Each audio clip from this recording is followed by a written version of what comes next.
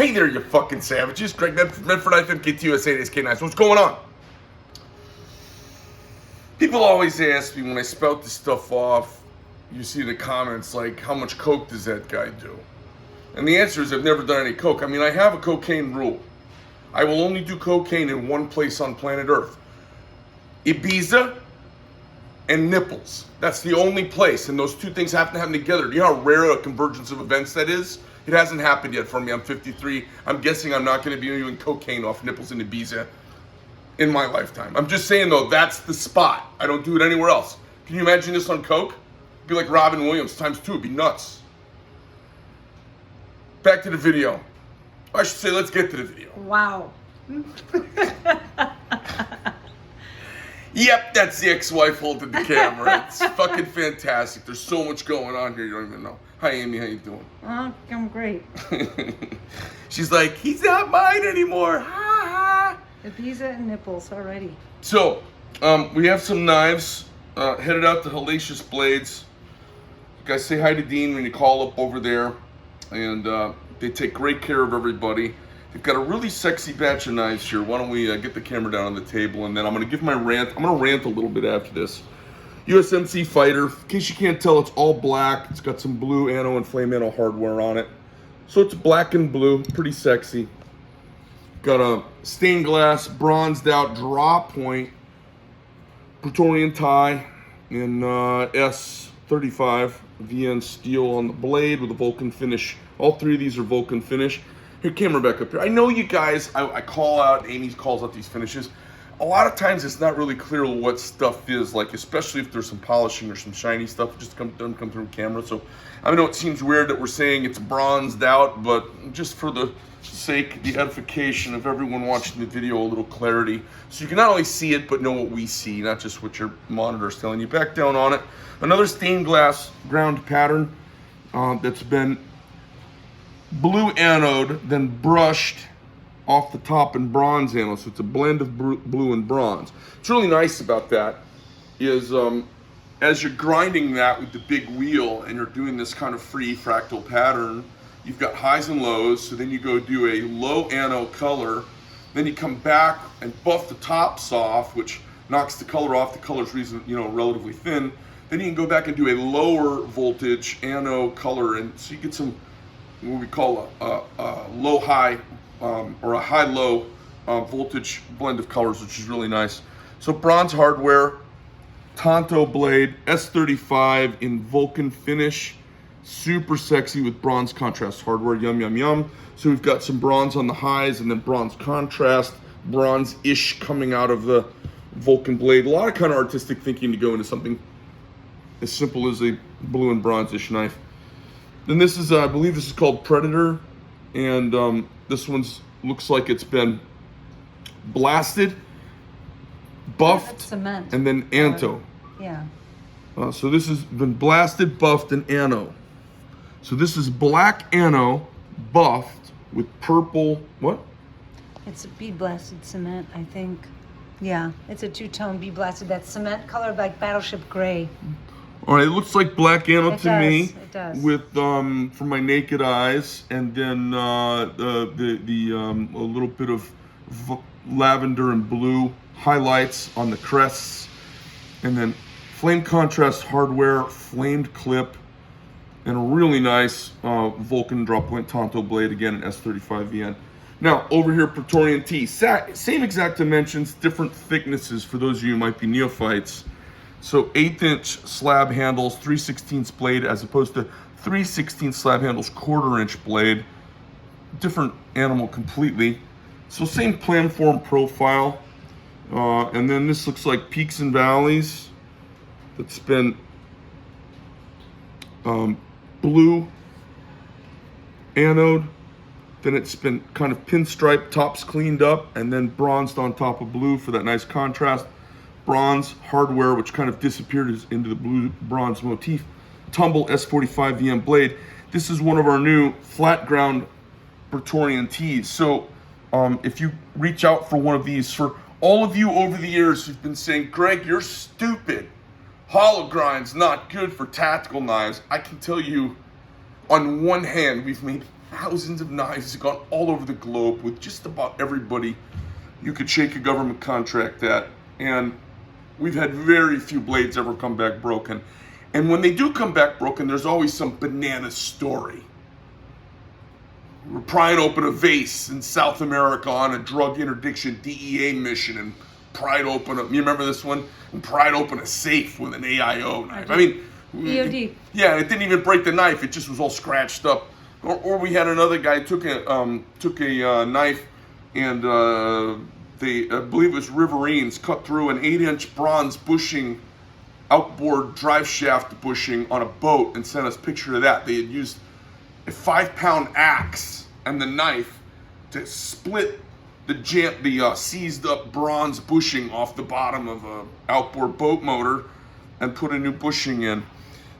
This stuff is really tough, but a flat ground blade gives you kind of a steeple as opposed to a hollow ground blade gives you this long, narrow section. So for guys that are really hard work on a knife, flat ground ostensibly gives a little bit more steel and is a ultimately stronger structure.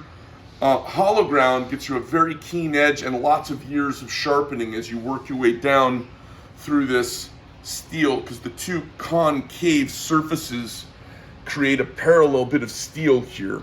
So after 10 or so years of sharpening, you're still in pretty narrow territory. On a knife that's flat ground, over 10 or 15 years, if you do a lot of sharpening, you work it down, the edge gets fatter and fatter and fatter because the stock is it's not parallel anywhere. It's a wedge shape. So just a little bit of flat grind, hollow grind contrast compare. Another flat grind Praetorian T. We're going to be doing a lot of these because I like them so much. Bronze Predator handle. It's been is that Predator? Yes. And that's been, again, contrast anode blue and bronze, but more bronzy. Bronze hardware, tumble polish, S45 VN blade. You can see by the 4 next to here. Couple of S45 VN T-bones. This is a new knife that's come out. It's our lock, frame lock steak knife that we made. I did this because people are always breaking out a knife like this at a steakhouse, and I think it's kind of a little weird. But I was thinking, like, I had dinner at, where was I? I was at Ocean 44 on Saturday night, and I would have loved to have just broken this out, cut my steak up at the bar. You take a knife out like that, like, the only reason we carry these super swanky knives is they make us feel good inside. They're like talismans of our great judgment, our like refined class and personal esteem and success, right? And sometimes you want to show your friend a knife and be like, what the fuck is that? Like, oh my God, that's so cool. Nobody wants to break out an $800 knife and have one of your buddies go, I got mine at Walmart, it's pretty cool. Because then you look at them and you go, yeah, you don't get it. Knife like this, you take this out while you're cutting steak, and it's like, not only does it fit in everywhere, you lay it back down, but this owner of the steakhouse, the purveyor, might actually walk over and be like, hey, what's that knife? Now, we're going to be doing some of these with some serrations out on the cut belly, so that you can actually use it as a steak knife. All titanium knife, lock bar over traveler, blackout hardware on this one, or black hardware. S45 VM blade, it's creepy sharp, and then this has got a tortoiseshell insert, which I'm just in love with this. It's wonderful. We do these in a couple different patterns. These are both tortoiseshell. We've got this also in, you'll see a long tanto here. Same exact knife done in a long tanto. It's just something really cool about this knife. I kind of want to stab somebody, then wipe it off, and then eat a steak with it.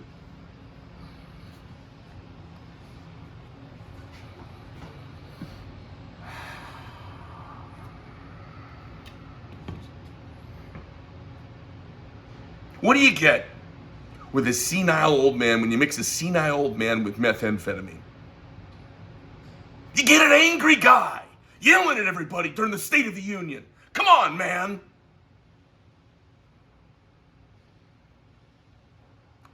Trump, he's like wine. He's getting better with age. He hasn't even peaked yet. I mean, we had some really good years. It was like $2 Chuck. After he got invested, after he got elected, you're like, I got stuck with this $2 bottle of wine, but maybe we're gonna get a good Supreme Court. Then it turns out it was actually a really good glass of wine, and all of a sudden the value started to go up. Then somebody came in and trashed it. They just lied to us. Some damn critics, the press, the reporters, which we shouldn't even call the press anymore. We shouldn't even call them reporters. We should call them the indoctrinators, the sheep. They're apes. They're aping what they're being told, indoctrinating everyone who mindlessly thinks no work's required to be informed. That's who they are. If you listen to the mainstream media, well, Mark, I was gonna say you're a fucking retard, but let me quote somebody and be a little more sophisticated. As Mark Twain said, if you don't read the papers, you're ignorant, and if you read the papers, you're ill-informed. If you listen to the mainstream media and you think you know what happened today in the world, you have been brainwashed.